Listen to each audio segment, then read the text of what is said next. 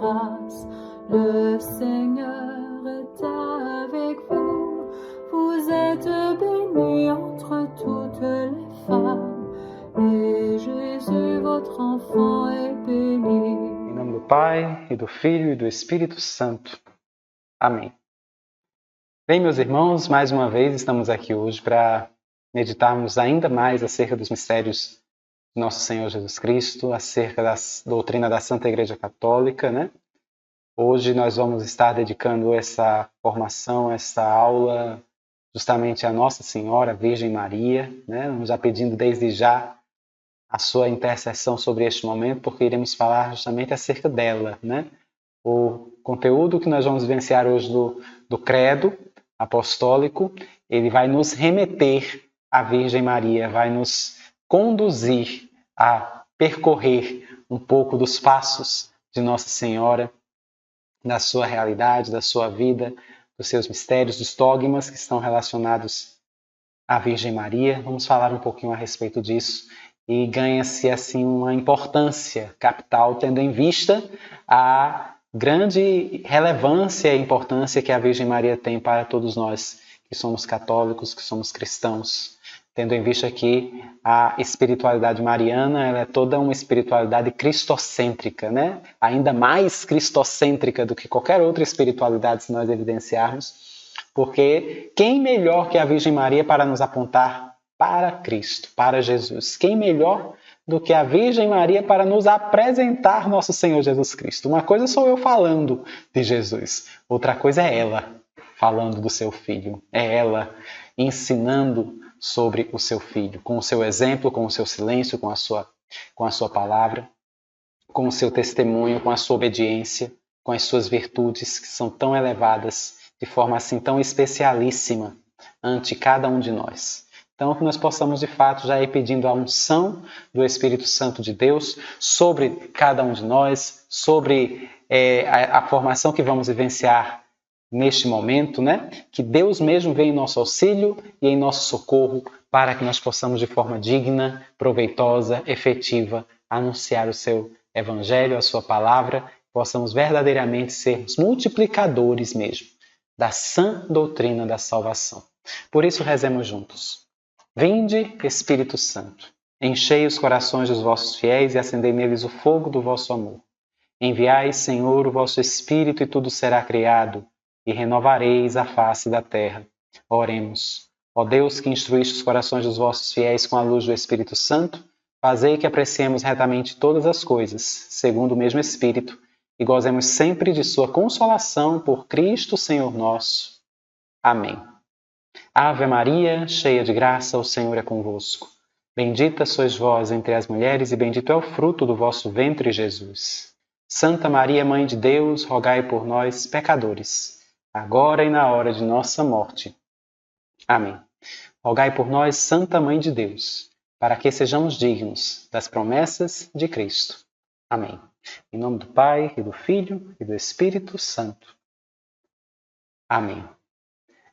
Muito bem, hoje nós vamos continuar o nosso estudo do Catecismo, aqui mediante a profissão de fé, que nós já vemos estudando, né? Você já desde já pode tomar o seu catecismo no número 484, que é de onde nós vamos começar. Devo lembrar para você daquilo que nós já estudamos até aqui, né? Nós vimos, por exemplo, na aula passada, o parágrafo 1º do artigo 3º que nós já estamos observando, né? Jesus Cristo foi concebido pelo poder do Espírito Santo, nasceu da Virgem Maria. Este é o 3º artigo dentre os 12 artigos do Credo, se assim nós pudermos contemplar, né? Então, um grande mistério. Então, nós falávamos justamente do parágrafo 2º, inclusive, se nós observarmos aí, a partir deste artigo 3º, se pudermos evidenciar, né? Observamos justamente a realidade de que o Filho de Deus se fez homem, o Filho de Deus se fez carne, né? Veio o questionamento, por que o Verbo se fez carne? Porque ele habitou entre nós. Nós falamos um pouco sobre o mistério da encarnação do Verbo, né? Um dos mistérios assim, que nós podemos evidenciar que é um mistério bem central assim na nossa fé. Nós temos esses dois grandes ciclos, né? do mistério de Cristo, que é o mistério da encarnação, o mistério da sua paixão, morte e ressurreição, que nós ainda vamos meditar. Falamos um pouco a respeito da natureza de Cristo, né? Ele que é verdadeiro Deus e verdadeiro homem, 100% homem e 100% Deus, quando nos abriu um cheque aqui, né, em xeque, para que pudéssemos falar um pouco a respeito das heresias que surgiram em volta da natureza de Cristo, né? As heresias chamadas de heresias cristológicas, né? Que estão relacionadas com a pessoa de Cristo, né? E aí podemos evidenciar justamente a condição ligada ao arianismo, ao nestorianismo, que coloca em xeque a realidade da natureza de Cristo, né? Da dupla natureza de Cristo, na única pessoa do Verbo. Falamos sobre isso na aula passada, bem como outras heresias que foram evidenciando. Havia um pulular de heresias no início do cristianismo, né? E a igreja precisava realmente pôr rédeas a essa realidade para que não houvesse uma condição em que as pessoas pudessem se perder, né, diante disso. Eu gosto de comparar essa questão do dogma, que muitas vezes vai sendo gerado ao longo da história, né, da igreja, como uma forma assim de você trilhar um caminho, vamos dizer, de um trem que está bem nos trilhos, né? O dogma, vamos dizer assim, a realidade dos dogmas é para manter você nos trilhos, não deixar que você saia dos trilhos, porque saindo dos trilhos, o que é que acontece com o trem que sai dos trilhos, né? Ele acaba descarrilhando. Então, muitas vezes é isso com aquele que vem a ser levado pela realidade da heresia. Ele acaba saindo dos trilhos e não vai chegar no seu destino. Ele não vai chegar ao seu fim último, né? Que é justamente aquilo para o qual o trem estava sendo direcionado. Então, a realidade do dogma era isso. Por isso, nós precisávamos observar um pouco, né? E aí realmente nos detemos bastante com relação a essa realidade, em que falamos um pouco dessas heresias que foram surgindo, né? Tanto o arianismo, como o macedonismo, como o nestorianismo, né? Até o pelagianismo falamos um pouco, o monofisismo, o monotelismo, né? São várias heresias que vão estar ligadas aí a essa constituição. Monofisismo também relacionado à natureza de Cristo, monotelismo relacionado à vontade de Cristo, né? São realidades que nós evidenciamos. Falamos um pouquinho também sobre a sagrada alma de nosso Senhor Jesus Cristo, que foi criada, né? A alma humana, racional, né? E imortal. Nós evidenciamos também esta condição em realidade, até falarmos sobre a própria realidade do corpo de Cristo e do seu coração sagrado, o coração do Verbo encarnado, né? São essas as constituições, né? Aquilo que nós pontuamos na aula passada. E hoje, você pode já tomar o seu catecismo no número 484, nós vamos nos dedicar um pouco a meditar dentro deste parágrafo 2, do artigo 3º, né? Nós vamos meditar um pouco acerca dessa fala do próprio credo, né? Dessa profissão que existe no próprio credo. Concebido pelo poder do Espírito Santo, nascido da Virgem Maria. Né? Nós percebemos justamente esta realidade aqui a partir do capítulo do número 484 do Catecismo da Igreja Católica. É bem interessante observarmos esta condição, porque hoje nós vamos nos dedicar um pouco mais a falar a respeito de Nossa Senhora, a respeito daquela que é sempre Virgem Maria, né? Você pode notar, inclusive, que logo nesse número 484, ele vai já iniciar falando um pouquinho a respeito desta realidade. Ele foi concebido pelo poder do Espírito Santo. O Espírito Santo é que concebeu, né? Vamos dizer assim, Jesus Cristo no ventre da Virgem Maria. Já foi uma realidade assim altamente milagrosa, né? O mistério da encarnação vai trabalhar justamente nessa realidade. Mas antes de mencionarmos um pouco esta constituição, é interessante notarmos uma realidade que precisamos já evidenciar a partir de todo esse contexto, né? Está justamente nesta formação que São Paulo dá aos Gálatas, né? São Paulo ele vai mencionar aos Gálatas justamente essa expressão, e me parece que é o único momento em que São Paulo se refere a Nossa Senhora dentre os seus escritos. Você pode observar, por exemplo, aí, quando ele diz: a anunciação a Maria inaugura a plenitude dos tempos. Isto é, o cumprimento das promessas e das preparações.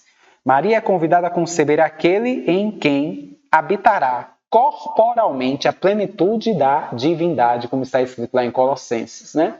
Então você nota que quando você chega lá no capítulo 4, versículo 4 da carta aos Gálatas, você vai notar que São Paulo vai dizer que Jesus Cristo foi um homem nascido de mulher, né? Podemos assim evidenciar. E percebemos que este homem nascido de mulher, nele habita toda a plenitude da divindade. Se assim bem pudermos perceber aqui, dentro dessa constituição, né? A resposta divina à sua pergunta, a pergunta que Nossa Senhora faz, como se fará isto se não conheço homem algum, é dada pelo poder do Espírito Santo. O Espírito virá sobre ti. Você vai percebendo já esta condição que você vê, evidencia lá em Lucas, no capítulo 1, versículo 35, né? E é interessante observar porque muitas pessoas elas têm uma concepção, né? Quando se refere a Nossa Senhora e relacionando Nossa Senhora à questão da Trindade, né? É interessante percebermos, eu não vou aqui adentrar muito nas questões teológicas ligadas a isso, para não nos determos em demasia, mas é bem interessante como o povo ele também vai ajudando um pouco dentro dessas realidades. Por exemplo, Maria é aquela que é a filha de Deus Pai, né? Maria é a mãe de Deus Filho. Maria é a esposa do Espírito Santo, né? A gente pode observar, ela não é a mãe da divindade, podemos assim observar. Ela é mãe de Deus e devemos nos atentar a isto. Ela é mãe de Deus, ponto. Né? Não vamos querer aqui, em devaneios, querer questionar esta realidade, mas é Deus Trindade? É Deus que é 3 em 1? Não, ela é mãe de Deus. Foi assim que o Concílio de Éfeso definiu Nossa Senhora, a grande Theotokos, né? A mãe de Deus. Né? Por quê? Porque Jesus Cristo é Deus. Né? Negar que Maria é mãe de Deus é negar a divindade de Filho de Deus, a divindade de Cristo, que tem a mesma natureza do Pai, vamos dizer assim, né?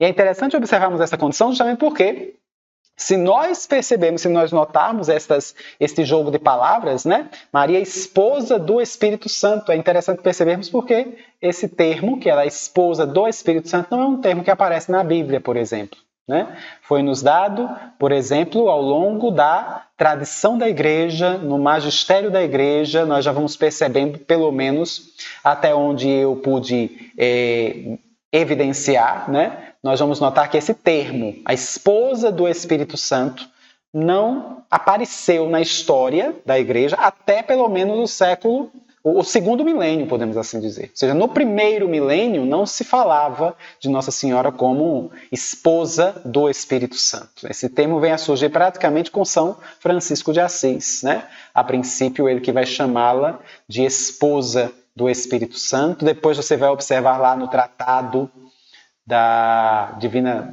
verdadeira devoção à Santíssima Virgem, né? O São Luís Maria Grignon Montfort, ele também vai falar no seu tratado, ela é a esposa do Espírito Santo, a filha predileta do Pai, né? A mãe do Verbo encarnado, a dileta esposa, a amadíssima esposa do Espírito Santo. Você percebe que esse termo, né, é um termo que ele começou a surgir praticamente assim no segundo milênio, vamos dizer assim, né? Por volta já do século XIII, ali na época de São Francisco de Assis. Pode ter alguma menção antes disso, né? Eu, pelo menos, não conheço. Conheço praticamente... Nós vemos esse termo sendo muito utilizado no segundo milênio e isso vai aumentando à medida que vai se aproximando o nosso tempo contemporâneo, né? Se você observar, por exemplo, São João Paulo II, ele também fala bastante sobre esta realidade de Nossa Senhora, a Virgem Maria, como esposa dileta do Espírito Santo, mas tendo em vista que São João Paulo II também bebeu muito da escola de São Luís de Montfort. Né? Ele como consagrado à Virgem Maria, seu pontificado totus tuus, Maria, né? Seu pontificado todo direcionado à Virgem Maria, diversas catequeses sobre a Virgem Maria. Então, ele realmente, bebendo da fonte de São Luís de Montfort, ele fala que Maria, Nossa Senhora, a dileta esposa do Espírito Santo. Né? O que nos leva também a alguns trocadilhos, se nós observarmos. Ela é a direta esposa do Espírito Santo, e ela como esposa, mas você vai observar, por exemplo, que não é o Espírito Santo que é chamado de pai de Jesus, né? Quem é chamado de pai de Jesus é justamente a figura de Deus Pai. Entende? Então, muitas vezes gera-se aí alguns, vamos dizer assim, algumas controvérsias de caráter mais teológico que falam sobre esta realidade, né? Por isso que é interessante observarmos quando Nossa Senhora é proclamada Mãe de Deus, a Theotokos, né? Ela é Mãe de Deus, pronto.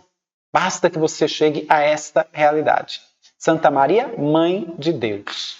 Né? Então é interessante observarmos essas condições para não nos determos em muitos devaneios. Se você observar aí no número 485, ele vai dizer justamente isso. A missão do Espírito Santo está sempre conjugada e ordenada à missão do Filho. O Espírito Santo é enviado para a santificação e santificar o seio da Virgem Maria e fecundá-la divinamente. Ele que é o Senhor que dá a vida, fazendo com que ela conceba o Filho eterno do Pai em uma unidade proveniente da sua. Você pode perceber uma humanidade, inclusive, né? Você pode perceber justamente esta condição. O Filho de Deus, que é Cristo, o Verbo de Deus, né? Que nós proclamamos no credo niceno-constantinopolitano, ele é gerado, não criado. Este Verbo eterno do Pai, ele é gerado na eternidade pelo Pai, podemos assim observar. E de repente ele entra na história e é gerado na história, aqui no contexto histórico, é gerado no ventre de Maria. Né? Alguns teólogos vão até dizer que Nossa Senhora ela vai fazer como que um espelho da eterna geração que aconteceu na eternidade de Jesus pelo Pai. É como se fosse espelhando aqui nesse tempo, na história, no mundo, na nossa realidade aqui temporal, espelhando algo que ocorreu de forma milagrosa, misteriosa, um tremendo mistério, né? Da geração eterna do Filho pelo Pai na eternidade e que nós não conhecemos, obviamente, né? Dizemos que Jesus, o Verbo de Deus, ele é gerado eternamente do Pai. O Pai o gerou. Porque é necessário que houvesse isso, né? Para que o Pai pudesse ser efetivamente Pai, era necessário que houvesse alguém que fizesse o papel de filho. E este filho precisa efetivamente ser gerado. Né? Então, há uma geração ali eterna entre o Pai e do Pai para o Filho. O Pai gera, o Filho é gerado pelo Pai, de forma eterna. Isso é um mistério. Nós não compreendemos esse mistério. Está fora do nosso entendimento. Como isso aconteceu? Né? De que forma isso ocorreu? Está fora do nosso entendimento, da nossa realidade, vamos dizer, nossa inteligência. Né? O que nós podemos observar é que, na plenitude dos tempos, esse Filho eterno do Pai fez-se carne e foi gerado na sua humanidade, foi gerado no ventre da Virgem Maria. Né? Então, nós observamos justamente esta constituição aí dentro desse contexto no número 485, se notarmos. Né? E aí você vê no número 486, quando ele diz assim: ao ser concebido como homem no seio da Virgem, o Filho único do Pai é Cristo, isto é, ungido pelo Espírito Santo, desde o início da sua existência humana, até que sua manifestação só se realize progressivamente. Aos pastores, aos magos, a João Batista, aos discípulos, toda a vida de Jesus manifestará, portanto, como Deus o ungiu com o Espírito Santo e com poder. Se nós evidenciarmos aqui essa constituição, você vai perceber justamente essa verdade. O Filho único do Pai é o ungido, é o Cristo. E ele já vai sendo ungido justamente pelo Espírito Santo desde o início da sua existência, desde o momento da sua concepção, né? Milagrosa, no ventre da Virgem Maria. Então é interessante percebermos esta abordagem, né? Se nós observarmos aí no número 487, ele vai fazer aí uma sequência de alusões, inclusive, né, a esta realidade. Ele foi nascido de Maria, nascido da Virgem. Observe o que ele diz aqui. O que a fé católica crê acerca de Maria funda-se no que ela crê acerca de Cristo. Mas o que a fé ensina sobre Maria ilumina, por sua vez, a sua fé em Cristo, porque ela viveu toda para o Cristo. Ela viveu toda para o Senhor. Ela é aquela que mais amou e ama a Cristo, ao seu Filho. Não existe nenhuma criatura humana ou angélica que ame mais a Deus, que ame mais o Senhor Jesus do que a Virgem Maria.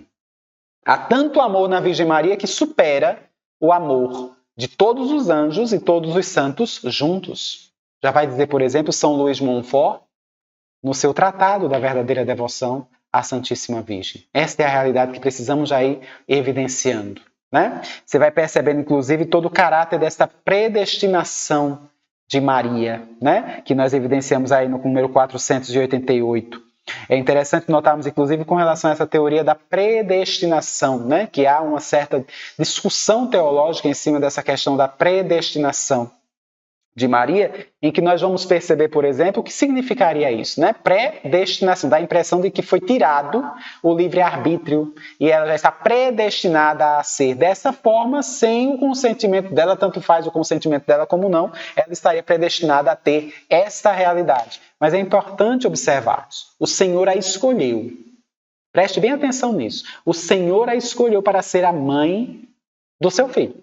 A mãe da segunda pessoa da Santíssima Trindade, vamos dizer assim. O Senhor a chamou para isto. Né?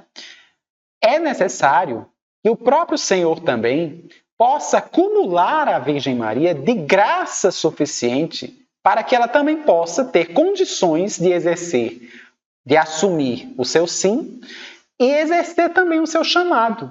De forma plena, de forma efetiva. É aquilo que nós evidenciamos. O Senhor, Ele nos convida, Ele nos chama, mas Ele também nos dá as graças necessárias para que nós livremente possamos cumprir a sua missão. Né? Se nós realmente nos entregamos a Ele. Entende isso? Então nós observamos justamente essa condição dessa predestinação de Maria. Ela está predestinada dentro dessa perspectiva. O Senhor a chama, mas Ele cumulou a Virgem Maria de uma graça especialíssima para que ela pudesse cumprir esse chamado, se assim pudermos notar. Então, isso precisa ficar bem claro e bem evidente no nosso coração diante desta condição. O Senhor cumulou ela de uma graça especialíssima, um privilégio singular, algo que só foi conferido a ela. Isso é muito importante percebermos. E nós vamos falar mais adiante. É de quando surgem justamente a constituição, né? Depois vamos observar, das realidades dos dogmas ligados, relacionados à Virgem Maria. Se nós observarmos, por exemplo, no número 488, nós vamos observar justamente ele falar dessa forma. Deus enviou seu Filho, mas para formar-lhe um corpo, quis a livre cooperação de uma criatura. Por isso, desde toda a eternidade, Deus escolheu para ser a mãe de seu filho uma filha de Israel, uma jovem judia de Nazaré na Galileia, uma virgem desposada com um varão chamado José da casa de Davi, e o nome da virgem era Maria. Desde toda a eternidade, quando o Pai já estava gerando na eternidade o seu verbo eterno, a Virgem Maria, ele já estava pensando na Virgem Maria.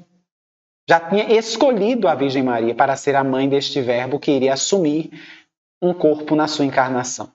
Né? Então você observa justamente aí esta citação, se nós observarmos, da Lumen Gentium. Né? A Lumen Gentium, eu repito, nós já falamos sobre ela, é uma constituição dogmática do Concílio Vaticano II, né? E que fala sobre a Igreja. Né? Inclusive Nossa Senhora, ela tinha todo um caráter muito cristológico, né? Até mesmo antes do Concílio Vaticano II, muito voltada para a condição de Cristo. Né? Após o Concílio Vaticano II, ela ganha também novos componentes, vamos dizer assim, né? Novas contextualizações e assume um caráter eclesiológico também. Se nós observarmos aí o Concílio Vaticano II, é bem interessante observarmos isso. Por quê? Porque se você notar, no Vaticano II, dentro de seus trabalhos finais, né, não se teve nenhum documento destinado à Virgem Maria. Não se teve nenhum tipo de documento magisterial dedicado a Nossa Senhora, né? Ou seja, ela assumiu mais no Vaticano II um contexto mais de caráter eclesiológico. Tanto é que existe no documento da Lumen Gentium, né, um documento, uma constituição dogmática sobre o mistério da Igreja, no seu último capítulo, que é o capítulo 8, um capítulo todo destinado à Virgem Maria. Poderia ser um documento, tornou-se um capítulo dentro de uma constituição dogmática, que vale muito a pena você ler, né, você meditar. Inclusive, eu faço aqui a referência, né? A Constituição Dogmática Lumen Gentium. Bom seria se você pudesse lê-la toda, né? São 8 capítulos, mas assim, como estamos falando da Virgem Maria, você lê o 8º capítulo, capítulo 8 da Lumen Gentium, que é falando a respeito da Virgem Maria como um mistério para a Igreja, como mãe da Igreja, né? É interessante observar que essas relações da Virgem Maria sempre são bem pontuais. Por exemplo, ela é filha de Deus, né? Mas ao mesmo tempo é mãe de Deus, porque mãe de Cristo, que é Deus. Não é isso? Ela é senhora, mas ao mesmo tempo é serva. Não é? Ao mesmo tempo que também é rainha, se nós observarmos. É a rainha dos apóstolos, a rainha do céu e da terra, mas ela fez-se serva. Entende? Você vai observar, por exemplo, essas realidades ligadas à Nossa Senhora, que muitas vezes são realidades aparentemente paradoxais. Né? Quando você nota esses contextos aí ligados à Virgem Maria. Do mesmo jeito, quando você vê Maria é parte, digamos assim, do corpo de Cristo, né? Membro do corpo de Cristo, mas ao mesmo tempo é mãe deste corpo de Cristo. E o corpo de Cristo é o quê? A própria Igreja, né? Onde Cristo é a cabeça e todos nós somos os membros. Cristo é a cabeça, ela não pode ser mãe de uma... Chega a ser até monstruoso falar. Ela é mãe apenas da cabeça de Cristo, que é a Igreja, no caso, né? Todos os membros constituem toda a outra parte da Igreja, e Cristo é a cabeça. Então, Maria sendo a mãe de Cristo, somente do Cristo cabeça, não, é do Cristo inteiro, com os seus membros, que somos nós. Então, ela é membro do corpo de Cristo e, ao mesmo tempo, mãe deste corpo, né? Mãe da Igreja. Então, você vê essas realidades um tanto quanto paradoxais nesse sentido. Mas aí você vê no capítulo 8 da Lumen Gentium, você tem justamente essa citação aí, que nós notamos no número 488 do Catecismo. Quis o Pai das Misericórdias que a encarnação fosse precedida pela aceitação daquela que era predestinada a ser mãe do seu filho, para que assim como uma mulher contribuiu para a morte, uma mulher também contribuísse para a vida. Interessante percebermos esta realidade, né? Quando você chega no Gênesis, no livro do Gênesis, você nota essa condição lá com Eva. Né? Porque se você notar, existe certa alusão aí dentro deste componente, né? Dentro de toda esta constituição, se assim bem notarmos. Isso tudo vai sendo observado ao longo da própria história da Antiga Aliança. Por exemplo, se você notar aí no número 489, ele mesmo vai dizer que ao longo de toda a Antiga Aliança, a missão de Maria foi preparada pela missão das santas mulheres, que nós vemos lá no Antigo Testamento. Se você notar, por exemplo, a figura, digamos, de Sara, né, que é a esposa de Abraão, a figura de Rebeca, né, a esposa de Isaac, a figura de Raquel, né, a esposa de Jacó, né, depois se tornaria Israel, e tantas outras mulheres que viriam, né, conforme nós podemos evidenciar, a figura de Débora, enquanto fazendo parte ali do livro dos Juízes, ela que foi uma juíza, né? Você vai encontrar também a figura de Esther, que nós também observamos a grande rainha Esther, que é como que uma prefiguração que a igreja foi entendendo, né, fazendo uma certa analogia, alegoria mesmo de Nossa Senhora. A figura de Judite, né, como diremos no ofício da Imaculada Conceição, nós proclamamos Maria como ó invicta Judite, né? E aí você vai percebendo estas comparações, essas relações, essas prefigurações que nós observamos ao longo da história do Antigo Testamento, que muitas vezes nos remete à Nossa Senhora, né? O próprio Cântico dos Cânticos, no seu capítulo 8, ele vai fazer uma menção muito bonita, né? Falando a respeito daquela mulher que avança como a aurora, temível como um exército em ordem de batalha, brilhante como a lua, fulgurante como o sol, né? Virgem Maria, se nós observarmos. Então, você vê que a Antiga Aliança, de certa forma, ela vai preparando, né? o mistério mesmo da Virgem Maria na Nova Aliança. Você vai observar, por exemplo, o Salmo 44, né? À vossa direita se encontra a rainha com veste esplendente de ouro de Ofir. Então você vai notando, está escantado muito na liturgia da Assunção de Nossa Senhora, né? Este salmo, quando você vê a Santa Missa, está lá esse salmo 44, aquela que é a rainha com veste esplendente de ouro, de Ofir, né? Então você nota que a antiga aliança ela vai preparando também o território, preparando o caminho. Nós já vemos desde o Gênesis 3,15, quando nós notamos aquele proto-evangelho, se você observar o Gênesis, capítulo 3, versículo 15, quando você vê lá aquele discurso mesmo do nosso Deus, dizendo a respeito de Eva, da sua descendência, como também a respeito da serpente e da sua descendência. Porém, inimizade entre ti e tua descendência, entre ti e a serpente, entre a tua descendência dela, né?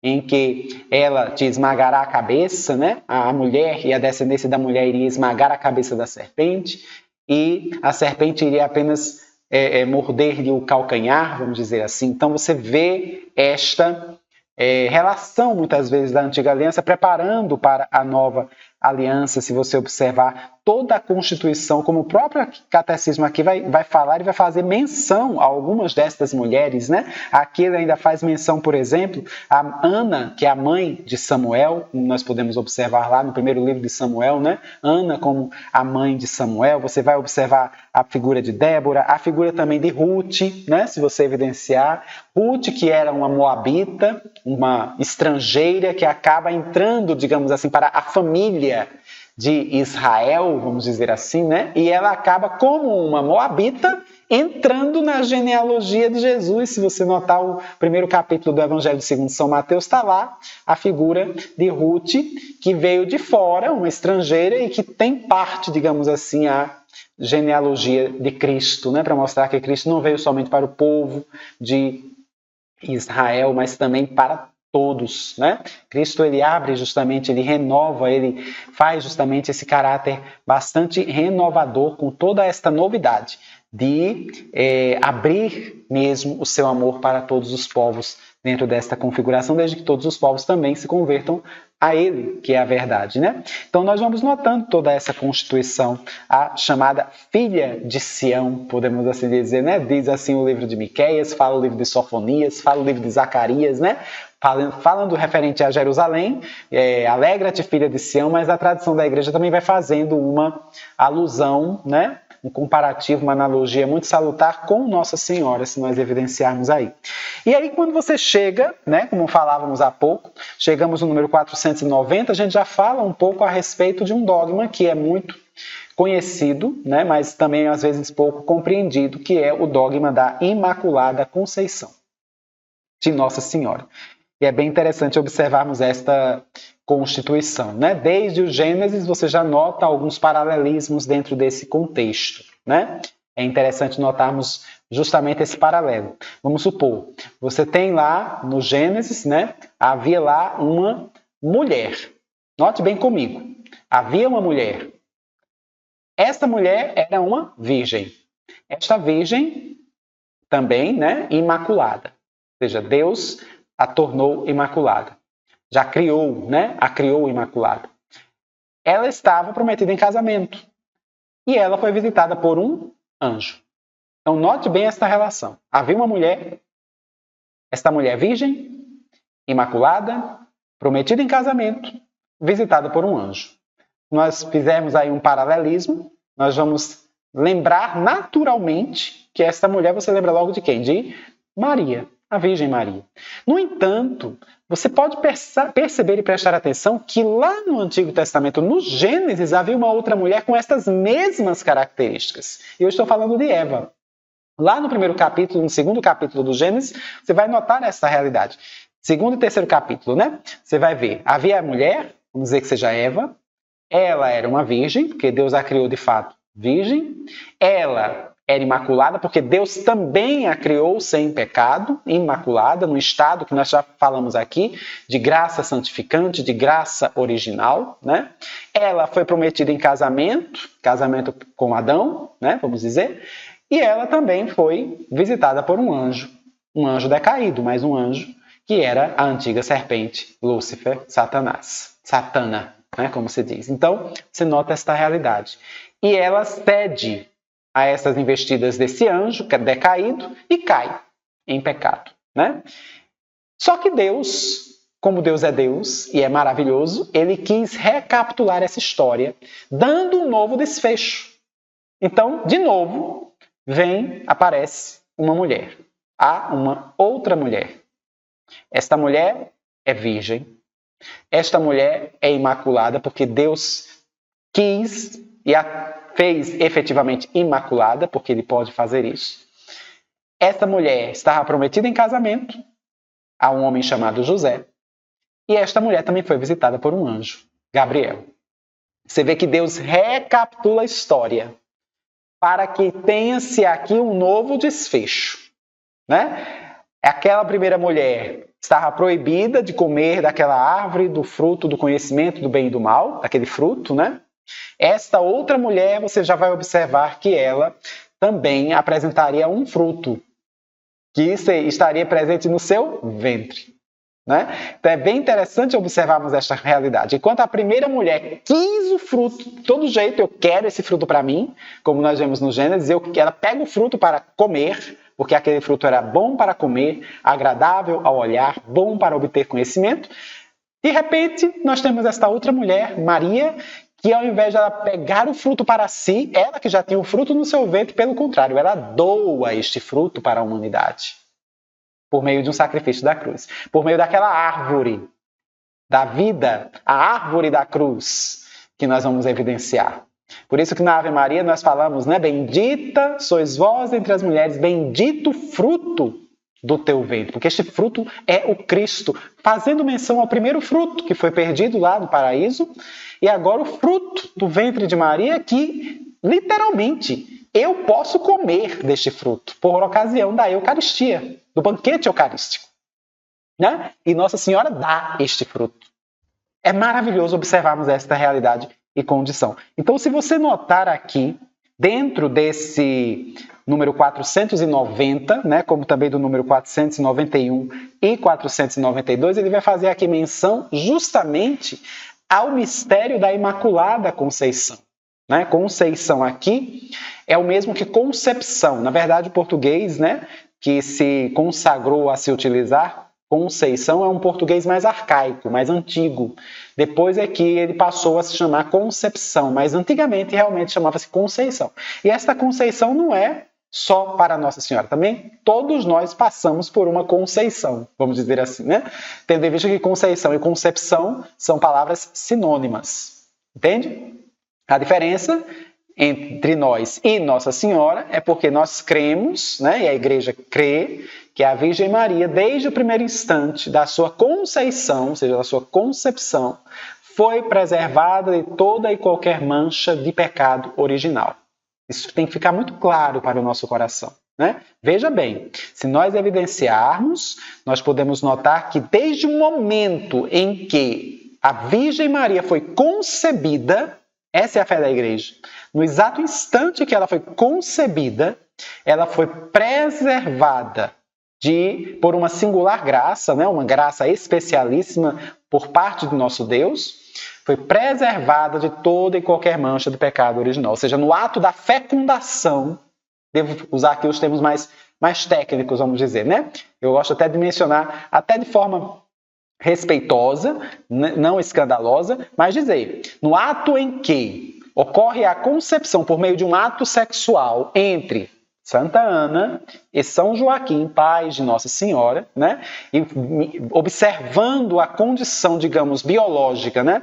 O espermatozoide, digamos assim, de São Joaquim, que vai fecundar o óvulo de Santa Ana, e já gerar ali um ovo ou zigoto, né? Naquele ato em que, naquele instante misterioso, insondável, o Senhor cria uma alma imortal ali e vai infundir aquele zigoto naquele exato momento da fecundação. E esta alma imortal estaria, vamos dizer, por causa do pecado de Adão e Eva, né, que foi herdado de geração em geração, também ela estaria sujeita a esta condição de herdar este pecado. A Igreja crê que nesse momento em que ela iria ter o pecado inundado no seu coração, digamos assim, o Senhor a preservou. E o pecado não a tomou. O pecado original. Então ela foi preservada do pecado original. Observe o que diz aqui o Papa Pio IX, né? No dia 8 de dezembro de 1854. Note bem, quando o Papa Pio IX proclama esta realidade como verdade de fé, o catecismo, inclusive, cita no número 491, aí mais ou menos as mesmas falas, a mesma fala, o mesmo texto da bula que proclamou esse dogma em 1854, a bula Ineffabilis Deus. Observe o que diz aí no trecho em que ele declara e proclama este dogma. A Beatíssima Virgem Maria, no primeiro instante de sua conceição, por singular graça e privilégio de Deus onipotente, observa a palavra onipotente, porque Deus pode fazer o que Ele quiser. Será que você duvida que Ele seja capaz de fazer um feito assim? Deus é onipotente, Ele faz o que Ele quiser. Então, a Igreja entende justamente dessa forma, por um privilégio singular de Deus onipotente em vista dos méritos de Jesus Cristo, Salvador do gênero humano, foi preservada imune de toda mancha de pecado original. Ou seja, ela foi preservada, né? Estava, como todo mundo, né? Estava, vamos dizer assim, previsto para que ela tivesse, também herdasse. Porém, Deus a preservou e ela foi concebida sem pecado, né? Até então, é interessante observarmos esse contexto, né? Porque note que este dogma foi proclamado em 1854, apenas no século XIX. E muita gente cria confusão em cima desse entendimento. Quer dizer que a partir de agora Maria é imaculada, antes não era. As pessoas pensam muitas vezes assim, quando na verdade não é desse jeito que funciona. A fé da Igreja é uma fé que sempre vem, desde o tempo apostólico. O que o Papa faz quando proclama um dogma é confirmar aquilo que por vezes já existia no coração do povo de Deus. A Virgem Maria, ela era conhecida, chamada de concebida sem pecado desde os tempos dos primeiros cristãos, se nós evidenciarmos. A própria Igreja mesmo vai entendendo que ela de fato é concebida sem pecado, né? No entanto, ao longo da história, como não havia sido proclamado dogma, né? A Igreja dava permissão, digamos assim, aos teólogos, né, que eles pudessem meditar, refletir, estudar a respeito disso, debater sobre esta realidade, né? Dava essa liberdade para que eles pudessem fazer isso justamente para que nós pudéssemos observar mesmo a fundamentação teológica, o aprofundamento, né? Aí chega, por exemplo, no tempo de 1854, quando é proclamado o dogma. Justamente na Idade Média, por exemplo, entre o século XII e século XIII, né, existiam muitas divergências entre essa realidade da Imaculada Conceição. Né? Na época, por exemplo, especialmente nas universidades, vamos dizer, de Paris, por exemplo, né, os catedráticos que existiam naquela época, e existia justamente essa divisão. Né? Um grupo de teólogos, de estudiosos, de professores achavam que Maria não era imaculada e outro grupo acreditava que ela seria tida por imaculada. Então você tinha o grupo dos dominicanos e o grupo dos franciscanos, né? Se nós notarmos assim. Havia às vezes até disputas, né? Disputas é o termo que era usado muito na Idade Média para discussões, debates teológicos, eram as disputas, as questões disputadas, né? E aí trabalhava-se muito essa realidade. Às vezes na própria faculdade, na própria universidade, tinha muitos debates, né? Eu me lembro que Duns Scoto, né? O beato Duns Scoto, ele foi à universidade justamente para defender a Imaculada Conceição da Virgem Maria, né? Contra uma série de acadêmicos que estavam lá querendo refutar, querendo rebater os seus argumentos, e ele realmente conseguia superar todos esses argumentos, né? Pedindo mesmo a Nossa Senhora que pudesse iluminar o debate justamente com relação a esta realidade. Era um fervor muito grande que as pessoas tinham para trabalhar dentro desta realidade, desta condição. Né? No final das contas, o Beato Duns Scoto acabou, de certa forma, sendo bem sucedido na sua defesa da Imaculada Conceição. Uma época em que a Igreja não tinha proclamado dogma, eu estou falando de 6, 7 séculos antes da proclamação. Mas a partir do momento que a Igreja proclama dogma, né, como aconteceu em 1854, aqui neste caso, a partir deste momento em que já há a proclamação do dogma, não há mais o que se discutir. Aquilo que Santo Agostinho fala, Roma locuta, causa finita. Roma falou, encerrada a questão. Você pode querer estudar, que você pode querer refletir, debater, é porque ela é imaculada, mas não entrar com um questionamento, porque já deixa de ser católico. Tendo em vista que quando é dogma, nós todos já somos obrigados a crer. E convenhamos, meus irmãos, foram 19 séculos de debates teológicos, né? De questionamentos, inclusive até sendo superados, sendo refutados com relação a esta realidade, para agora você, na sua sabedoria de poucos anos de vida, vir dizer que a igreja de 2000 anos está errada. Né? Então não tem muito sentido dentro desta realidade. Então, essa condição. Inclusive o Papa Pio IX, quando foi para proclamar esse dogma, é bem interessante porque ele poderia ter, como ele era o Papa, tinha autoridade de fazê-lo sem precisar consultar ninguém. No entanto, ele quis consultar todo o episcopado do mundo inteiro. Né?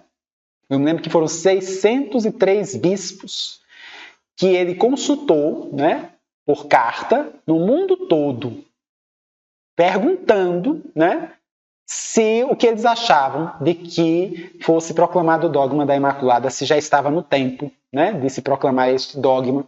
Dos 603 bispos, 546 foram favoráveis à proclamação do dogma, né, achando que já estava realmente no tempo de proclamar este dogma. A igreja, de fato, já tinha toda uma maturidade para entender realmente algo que ela sempre creu ao longo da história. Então, você vê que não é uma coisa assim que foi de forma muito arbitrária, né? Houve também muita oração e também muita cautela com relação a esta realidade. Então, observe bem esta condição quando nós falamos na Imaculada Conceição. E não é por causa do mérito de Nossa Senhora, mas tendo em vista os méritos de nosso Senhor Jesus Cristo, né? Os méritos infinitos de nosso Senhor Jesus Cristo. Eu gosto muito de comparar a questão da Imaculada, porque muitas pessoas, eu já vi vários questionamentos, e dizer assim, se Maria é Imaculada, ela não precisava de um Salvador. Né? Devo dizer que isso é uma estupidez pensar isto. Né? Ah, não, mas ela falou lá no Magnífica, minha alma proclama a grandeza do Senhor, meu espírito exulta de alegria em Deus, meu Salvador. Está vendo aí? Ela mesma está reconhecendo que precisa de salvação, para querer refutar a questão da Imaculada Conceição, quando não tem nada a ver uma coisa com a outra. Claro que ela precisava de um Salvador. Claro que ela precisava ser salva também. Né? Só que eu gosto de fazer uma comparação. Duns Scoto fez até uma comparação parecida. Não fez igual, mas parecida. Eu vou citar uma mais adequada ao nosso tempo. Né? Vamos imaginar você, por exemplo, está numa floresta, está caminhando numa floresta e tem lá uma espécie de armadilha, de arapuca, que está lá coberto por ramos e você não está vendo, mas na verdade aquele é um buraco, você não está vendo. E você vai caminhando lá e cai no buraco sem ter visto. Está lá no fundo do buraco. Precisa de um salvador para lhe resgatar. Né? Aí vem o bombeiro, vem o resgate, né? Vem o Salvador para lhe resgatar. Aí lhe resgata. Você foi salvo. Imagine agora a presença de Nossa Senhora caminhando do mesmo jeito aí nessa floresta, nesse bosque. Está lá a armadilha do mesmo jeito, né? A arapuca, e ela vai caminhando, vai cair, né? Vai acabar caindo. Mas o que acontece? O Salvador a intercepta e a salva antes da sua queda, antes que ela caia. Eis o privilégio. Ela não precisou cair para ser salva, foi salva antes. Todos nós somos salvos depois da queda do pecado original. A Virgem Maria foi salva pelo Salvador, pelo resgate, né? Antes que ela caísse. Entende? É baseado nesses méritos que nós estamos falando diante da Imaculada Conceição, quando nós observamos aqui, dentro desta Constituição. E é interessante quando você vê isso lá no Evangelho segundo São Lucas. Quando Lucas, né, ele vai colocar aquela narrativa do anjo Gabriel chegando para Nossa Senhora, né, e para a Virgem Maria daquela forma tão maravilhosa como ele realmente adentra onde Nossa Senhora está. E é bem interessante quando você vai para o grego, a terminologia grega, né? Você vê como ganha força e peso na interpretação do sentido daquelas palavras, porque muitas vezes o português corta muito, né? Tira muito do sentido, do significado, é cheia de graça. Tem algumas traduções bíblicas que usam outro termo, agraciada, e às vezes você não consegue perceber o peso que tem o fato de ser cheia de graça. Quando o anjo Gabriel olha para Nossa Senhora e as palavras que Lucas coloca na boca de Gabriel, né? Em grego, quando ele vai dizer Haire Maria, Echaritomene, Ho Kyrios metasso. Não é assim? Você vê que há um certo sentido quando ele diz Kecharitomene. Charis, em grego, quer dizer justamente graça. Plenificada da graça. Não há nada nela que não seja graça, ao ponto do próprio anjo ficar estupefato. Imagine você, um anjo que é um ser inteligente, superior a nós, vamos dizer assim, em natureza, né? O anjo, seres espirituais, são superiores a nós humanos em natureza. De repente, um anjo olha para uma criatura humana e ele fica estupefato pelo fato de ter visto em uma criatura humana um amor por Deus maior do que o amor dele mesmo, que ele mesmo tem por Deus. Ele fica assim, extasiado. O anjo entra em êxtase por causa do amor que ele vê em Nossa Senhora, que supera o amor dele por Deus. Veja que maravilha. E aí ele exclama, Echaritomene, quanta graça tem aí diante de ti, que experiência, podemos assim dizer, se for possível observar a experiência de um anjo dessa forma, né? Isso é São Luís também de Montfort, que vai mencionar um pouco a respeito desta realidade. Você percebe realmente tanto amor na Virgem Maria que supera todo o amor de todos os anjos e todos os santos juntos, se nós assim bem pudermos perceber e observar. Então você vai notando toda esta maravilha à medida que vamos evidenciando, né? O próprio São Luís mesmo vai dizer que um simples suspiro de Nossa Senhora tem mais amor a Deus do que todas as orações e todos os anjos juntos. Tem mais amor à Trindade, vamos dizer assim, um suspiro de Nossa Senhora, né? Então você vai percebendo tamanha graça, tamanho amor que se vai evidenciando, né? Deus juntou todas as graças, todas as águas e fez o mar. Deus juntou todas as graças e fez Maria. Colocou todas as graças em Maria, plena da graça, transbordante da graça de Deus. Por isso ela é chamada de a feliz. Ela é a feliz, a bela senhora, né?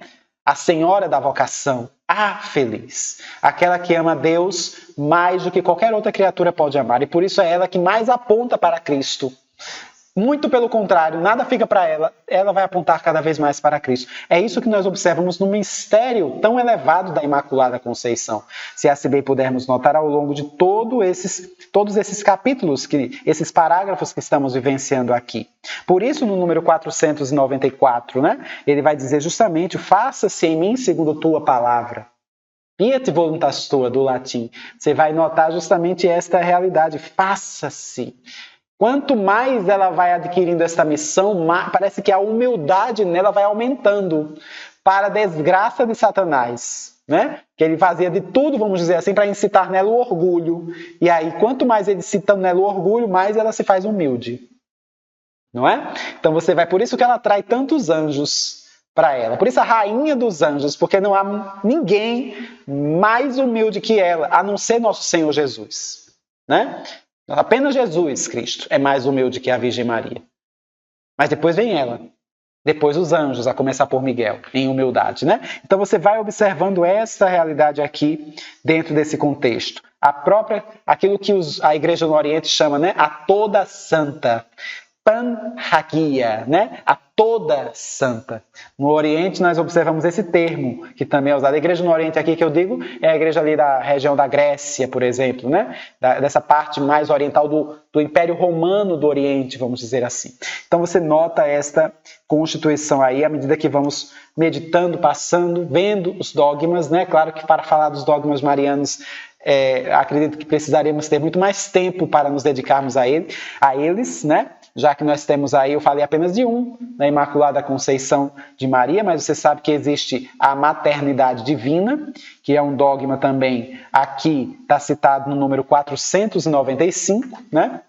O dogma da virgindade de Maria, a virgindade perpétua, que também está citado a partir do número 496, você vai evidenciar aí.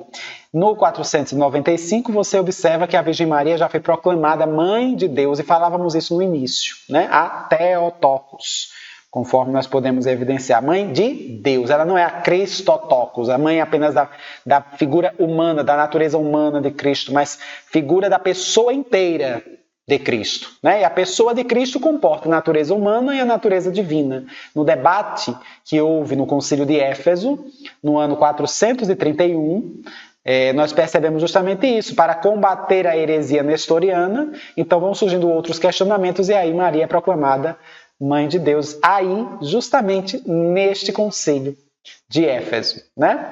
Nós observamos justamente essa constituição aí.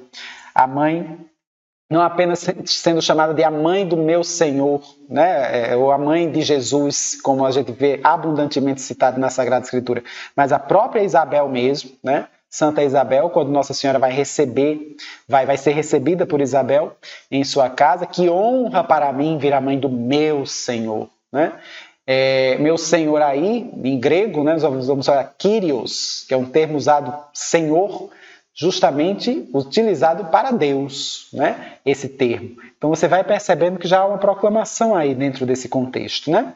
E se notarmos a partir do número 496, nós ainda podemos perceber justamente também aqui a realidade da virgindade de Maria, que é outra realidade dogmática, proclamada aí por volta do século VIII depois de Cristo, né? Século VII, século VIII, mais ou menos no tempo do pontificado de Martinho I, que era o Papa da época, em um concílio mais regional. Na verdade, não era nem um concílio ainda, era um sínodo, quando a Virgem Maria é proclamada Virgem Perpétua, né? Se nós observarmos dentro do próprio Concílio de Latrão, por exemplo, né, no ano 649, ela já é chamada de sempre Virgem Maria. Inclusive, se você tiver paciência, tempo e disposição mesmo para observar dentro dos padres da Igreja a quantidade de vezes, logo no início dos primeiros tempos apostólicos mesmo, dos primeiros tempos do cristianismo, quantidade de vezes que ela é designada como a sempre Virgem Maria, né? A Virgem Santa, a Virgem Maria, né? A primeira oração dedicada a Nossa Senhora também, a Virgem Gloriosíssima e Bendita, Virgem Gloriosa e Bendita, a vossa proteção recorremos, Santa Mãe de Deus, né? Então, você vai ver já no século II, né? Século III, essa oração antiquíssima dedicada a Nossa Senhora, Virgem Gloriosíssima e Bendita, né? Então, você vê que já fazia parte do pensamento do povo cristão, né? Do povo católico, logo nos primeiros tempos, essa realidade da sua virgindade, né? Sempre virgem. Santo Agostinho mesmo vai falar. Maria virgem antes do parto, durante o parto, depois do parto. Depois do parto continuou virgem, virgem sempre, né? Como ele vai dizer. Então você vê que é um consenso, de certa forma, né? Falar a respeito desta realidade da sua virgindade. É isso que diz o número 496. Inclusive, se você notar aí, tem até uma citação de Santo Inácio de Antioquia dentro desse parágrafo 496. Mas ele diz assim, logo no seu início: desde as primeiras formulações da fé, a Igreja confessou que Jesus foi concebido exclusivamente pelo poder do Espírito Santo no seio da Virgem Maria, afirmando também o aspecto corporal deste evento. Jesus foi concebido do Espírito Santo sem sêmen. Olha o que diz o Catecismo. Foi concebido do Espírito Santo sem sêmen. Vai ser proclamado lá no Concílio de Latrão, no ano 649, século VII. Basta você pesquisar no Denzinger, né? Aquele tratado, compêndio de vários documentos e decretos da história, ao longo da história dos concílios da Igreja, você vai notar justamente que no Denzinger tem uma sequência de relatos, de decretos, de citações em que Maria ela é apontada como a sempre virgem. Citações do século II, do século III, do século IV, V, do início mesmo do cristianismo. Por isso que você vê aí, nesta citação que nós observamos neste número 496, né? Assim, Santo Inácio de Antioquia. Santo Inácio de Antioquia viveu e morreu já no início do século II. Século II ali, olha, ano 100, 101, 102, ano 101, né? Ano 105. Só para você ter uma ideia de como é antiga esta realidade, Santo Inácio de Antioquia, ele conviveu, digamos assim, né? Ele ouviu os ensinamentos de São João Evangelista, São João Apóstolo. Né? Ele ouviu São João, como que diz São João, pregar. Né? Era como que discípulo de São João. Bispo em Antioquia, podemos notar. Né? Lembrando que antes dele teve Pedro também como bispo de Antioquia, antes de ter ido para Roma. Então você vê justamente essa realidade quando ele fala. No início do século II, olha o que ele diz aqui nesta citação. Estais firmemente convencidos acerca de nosso Senhor, que é verdadeiramente da raça de Davi, segundo a carne. Filho de Deus, segundo a vontade e o poder de Deus. Verdadeiramente nascido de uma virgem. Ele foi verdadeiramente pregado na sua carne, por nossa salvação sob Pôncio Pilatos. Ele sofreu verdadeiramente, como também ressuscitou verdadeiramente. Aqui ele estava dando uma resposta por conta de uma tendência da época, chamada, uma heresia na verdade, né? Chamada docetismo, né? Que falava muito a respeito apenas da humanidade de Cristo.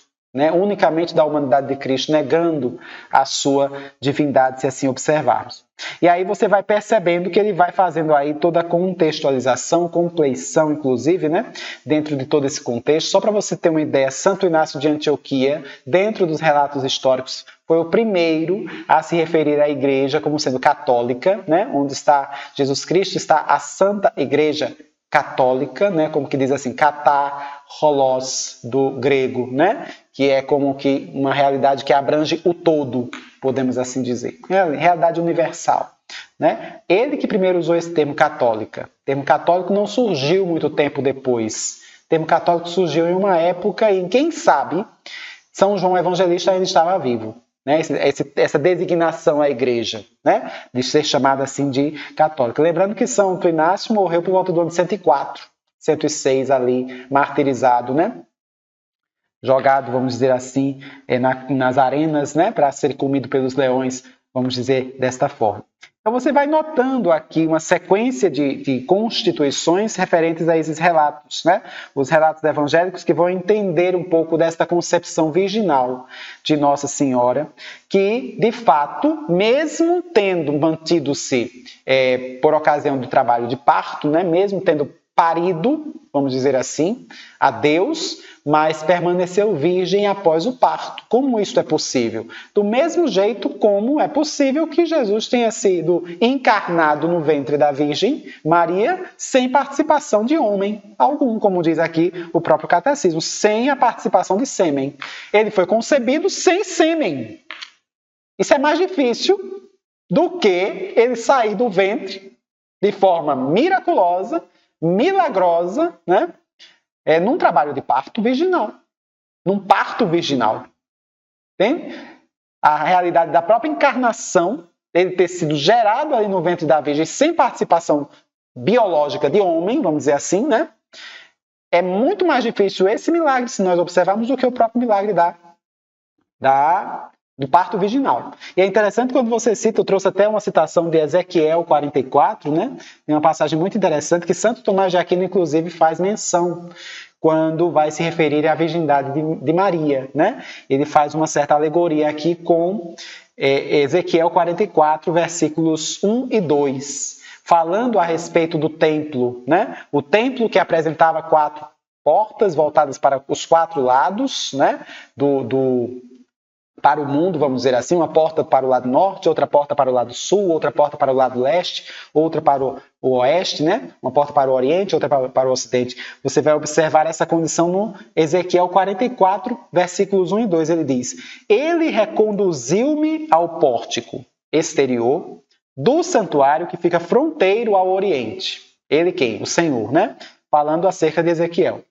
Ele me reconduziu ao pórtico exterior do santuário que fica fronteiro ao oriente, o qual se achava fechado.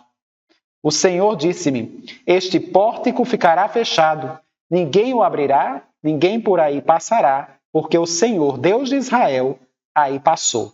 Ele permanecerá fechado. Ele está falando aqui de um templo feito por mãos humanas, né? Um templo construído temporal, vamos dizer assim, por mãos humanas. E diz, este pórtico ficará fechado porque o Senhor por aí passou, ele permanecerá fechado. Quanto mais quando você observa esta realidade ligada à Virgem Maria. Ela como templo que realmente está efetivamente neste templo que é a Virgem Maria, habitando corporalmente a plenitude da divindade, que é o próprio Cristo, este templo permanecerá fechado porque o Senhor por aí passou. Ele permanecerá fechado. Percebem a relação aqui dentro dessa analogia que nós fazemos aqui, dentro desse contexto? Então você nota esta condição quando Isaías, inclusive no capítulo 7, verso 14, vai dizer, né? Uma virgem conceberá e dará à luz um filho, porás a ele o nome de Emanuel, que significa Deus conosco. Você vai notando toda essa constituição, essa nota de rodapé também aqui belíssima, que você pode perceber aqui no número 498, né? Você bem pode notar quando ele diz assim, por vezes tem se estranhado o silêncio do Evangelho de São Marcos e das epístolas do Novo Testamento sobre a concepção virginal de Maria. Você nota isso mais em Mateus e em Lucas, né? Se nós observarmos. Houve também quem se perguntasse se não se trataria aqui de lendas ou de construções teológicas sem pretensões históricas. A isto deve-se responder. A fé na concepção virginal de Jesus deparou com imensa oposição, zombarias ou incompreensões da parte dos não crentes, judeus e pagãos. Ela não era motivada pela mitologia pagã ou por alguma adaptação às ideias do tempo. O sentido deste acontecimento só é acessível à fé, que o vê no nexo que interliga os mistérios entre si, no conjunto dos mistérios de Cristo, desde a sua encarnação até a sua Páscoa. Santo Inácio de Antioquia dá testemunho deste nexo. O príncipe deste mundo, ignorou a virgindade de Maria e o seu parto, da mesma forma que a morte do Senhor. 3 mistérios proeminentes que se realizaram no silêncio de Deus. É interessante notarmos esta realidade. A morte do Senhor, a virgindade de Maria e o próprio parto virginal. Você vê que não há tanto relato dentro desse contexto acerca do parto virginal de Nossa Senhora, né? Como também acerca da sua própria virgindade, se nós assim pudermos perceber. Então você nota a beleza com que Deus realmente gosta de trabalhar, né? Sempre no silêncio. Os grandes mistérios, os grandes milagres que nós podemos evidenciar da parte de Deus estão sempre ligados ao silêncio, né? Realidade do silêncio. Não é à toa que Nossa Senhora ela é muito conhecida pelo seu silêncio, que meditava todas as coisas e todas essas realidades no seu coração, né? E aí você nota no número 499 esse termo que Nossa Senhora apresenta, que é o termo sempre virgem, né? Aí é paternos, como nós podemos também ver do grego, aquela que é sempre virgem. Você nota que justamente essa condição, à medida que você vai aprofundando a fé dentro dessa expressão, dentro desta realidade que a liturgia da igreja vai celebrar justamente Maria com este termo também, a sempre Virgem Maria, né? Aie paternos, se nós evidenciarmos na língua grega. Você vai percebendo toda esta sagração aqui do contexto seu virginal, né? E aí nós podemos ainda perceber, quando nós observamos aí no número 500, né? Ele faz uma alusão, inclusive, aos irmãos de Jesus, né? Os chamados irmãos de Jesus. E é bem interessante observarmos esta realidade também, né? Porque muitos alegam que se Jesus tinha irmãos é porque eram filhos de Maria. Mas é interessante observar que tanto na própria língua hebraica, você vai perceber que ela, por si só, ela já é uma língua mais pobre em termos de vocabulário, né? O termo irmão era um termo usado para designar parentescos até de outras naturezas, vamos dizer assim, quem sabe primo, tio, sobrinho, né? Então todos ali se designavam com o mesmo termo hebraico, que designaria o termo, traduzindo, seria o correspondente à palavra irmão, né? Quando vai traduzir para o grego, por exemplo, né? Depois que você vai observar algumas outras constituições, o termo que muitas vezes se usa no grego é adelphos, né? Que também muitas vezes traduzindo do hebraico esse termo irmão, né? Então, você vai percebendo que os irmãos que se fala aqui de Jesus não necessariamente são irmãos de sangue. Se nós notarmos aqui, por exemplo, você vê no número 500, né? Objeta-se por vezes que a Escritura menciona irmãos e irmãs de Jesus. A igreja sempre entendeu que essas passagens não designam outros filhos da Virgem Maria. Você vê, por exemplo, com efeito, Tiago e José, irmãos de Jesus, como diz Mateus, né? 13,55. Eles são filhos de uma Maria, de uma outra Maria, né? Se nós assim evidenciarmos. Que significativamente é designada como a outra Maria. Se você nota lá em Mateus 28, verso 1, lá aos pés da cruz, estava lá Nossa Senhora, tinha uma outra Maria, né?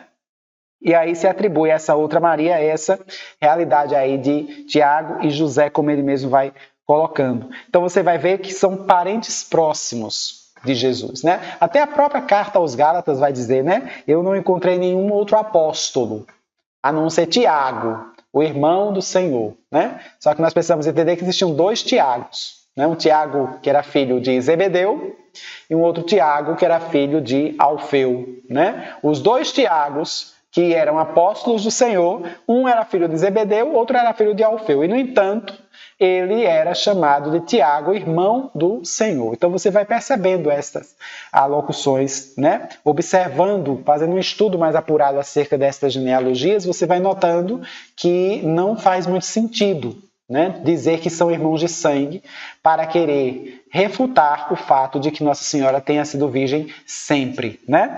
Então, você vai percebendo esta realidade. Até porque também não tem muito sentido se Jesus ele tinha pelo menos 4 irmãos, como diz a palavra, né? Vai dizer os seus irmãos José, Tiago, Judas e Simão, né? E suas irmãs também moram conosco. Então ele tinha até mais de 4 irmãos. Não faz muito sentido Jesus aos pés, na cruz, estando lá Nossa Senhora, aos pés da cruz, Jesus entregar Maria para um outro discípulo que não fosse um filho também, né? Porque ele entregaria a maternidade, inclusive, da própria Virgem Maria para João, apóstolo, né? Para o discípulo amado, vamos dizer assim.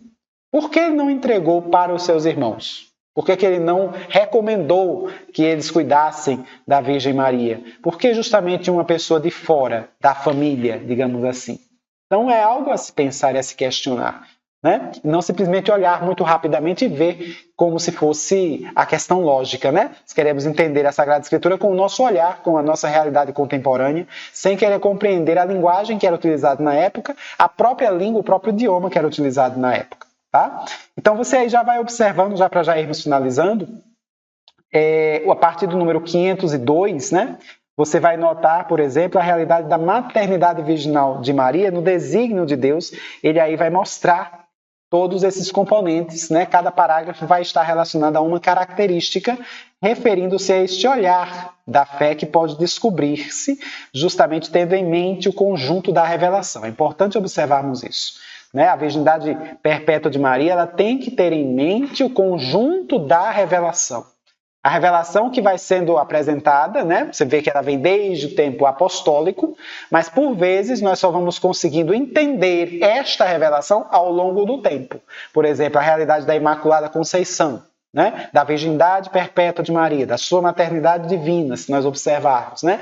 Ao longo do tempo é que nós começamos a compreender aquilo que a igreja sempre creu. A igreja não passou a crer a partir do momento em que o dogma é proclamado.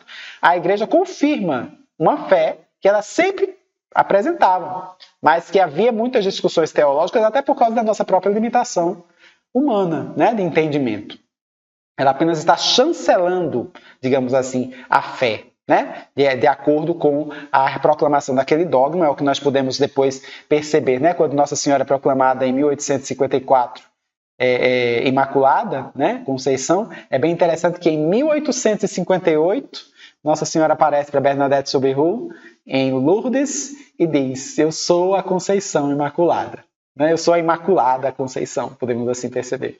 Né? A gente vê com uma certa confirmação. Depois a igreja, claro, vai observar, vai estudar, vai investigar se a aparição é séria, é verdadeira, vai investigar Bernadette, né? Observar suas virtudes e tudo, para poder reconhecer aquela aparição como sendo uma aparição mais oficial, como algo realmente de verdade, né? Embora seja uma revelação privada, mas como que uma confirmação. Em 1830, Nossa Senhora aparece para Catarina de Labouré, né?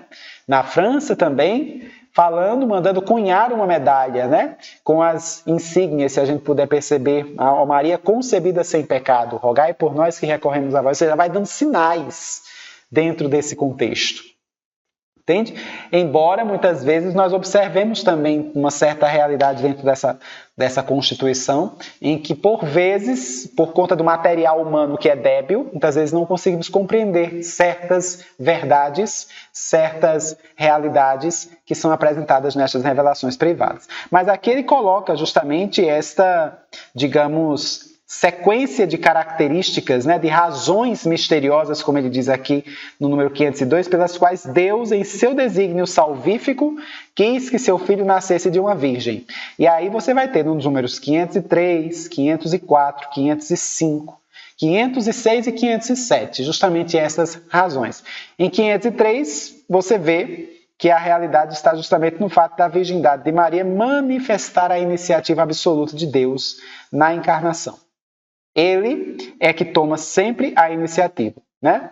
Jesus tem um só Pai, que é Deus. A natureza humana que ele assumiu nunca o afastou do Pai. Por natureza, filho de seu Pai, segundo a divindade. Por natureza, filho de sua mãe, segundo a humanidade. Mas propriamente filho de Deus em suas duas naturezas, ele vai dizer. Em 504, a realidade de Jesus ser o novo Adão, né? Que inaugura a nova criação. O primeiro homem tirado da terra é terrestre, o segundo homem é tirado do céu. Podemos assim perceber. Que maravilha notarmos essas reflexões, né? Então, o primeiro, a realidade do mistério da encarnação. Segundo, a realidade de Jesus como o novo Adão. Em 505, o novo nascimento dos filhos de adoção no Espírito Santo pela fé, né? Onde podemos evidenciar como Maria, mãe da fé, né? E em 506 nós vamos poder perceber também essa realidade de que Maria é virgem por sua virgindade, mas também como um sinal da sua fé, né? Muito mais do que a realidade biológica. Maria também apresentando o seu sinal, a sua virgindade também provém da própria fé que ela tinha no seu Senhor, conforme Santo Agostinho mesmo vai dizer. Maria é mais bem-aventurada recebendo a fé de Cristo do que concebendo a carne de Cristo. Muito mais bem-aventurada por causa da fé de Cristo do que concebendo sua carne, né? E aí você vai observar no número 507, para finalizarmos, Maria é ao mesmo tempo virgem e mãe. Parece um paradoxo também, ser virgem e mãe ao mesmo tempo, mas é justamente essa a figura de Maria, né? Essa realidade de alcançar uma virgindade, de ter passado por um parto sem ter tido a sua integridade violada, né? Mantendo-se fecunda, e que fecundidade, sendo virgem perpétua.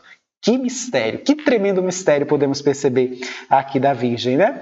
Ela é também a Virgem que guarda íntegra e puramente a fé dada a seu esposo, nós podemos perceber. Então, são realidades que nós notamos aqui dentro desta meditação, aqui acerca da Virgem Maria. Você ainda tem aí os números de 508 até o número 511 para refletir, meditar e revisar também, né? Lembrando também que, diante de tudo isso, ainda faltou falar um pouco a respeito do dogma da Assunção da Virgem Maria, que nós pretendemos, quem sabe, falar em outro momento, mas fica mais fácil. Depois que você percebe que Maria é mãe de Deus, que Maria é virgem perpétua, que Maria é imaculada desde a sua concepção, não faz o menor sentido, após o seu término aqui nesta terra, a sua peregrinação terrestre ter se findado, não faz o menor sentido ela cair na corrupção do corpo e que esse corpo tão incorruptível, tão virginal, tão imaculado, esse corpo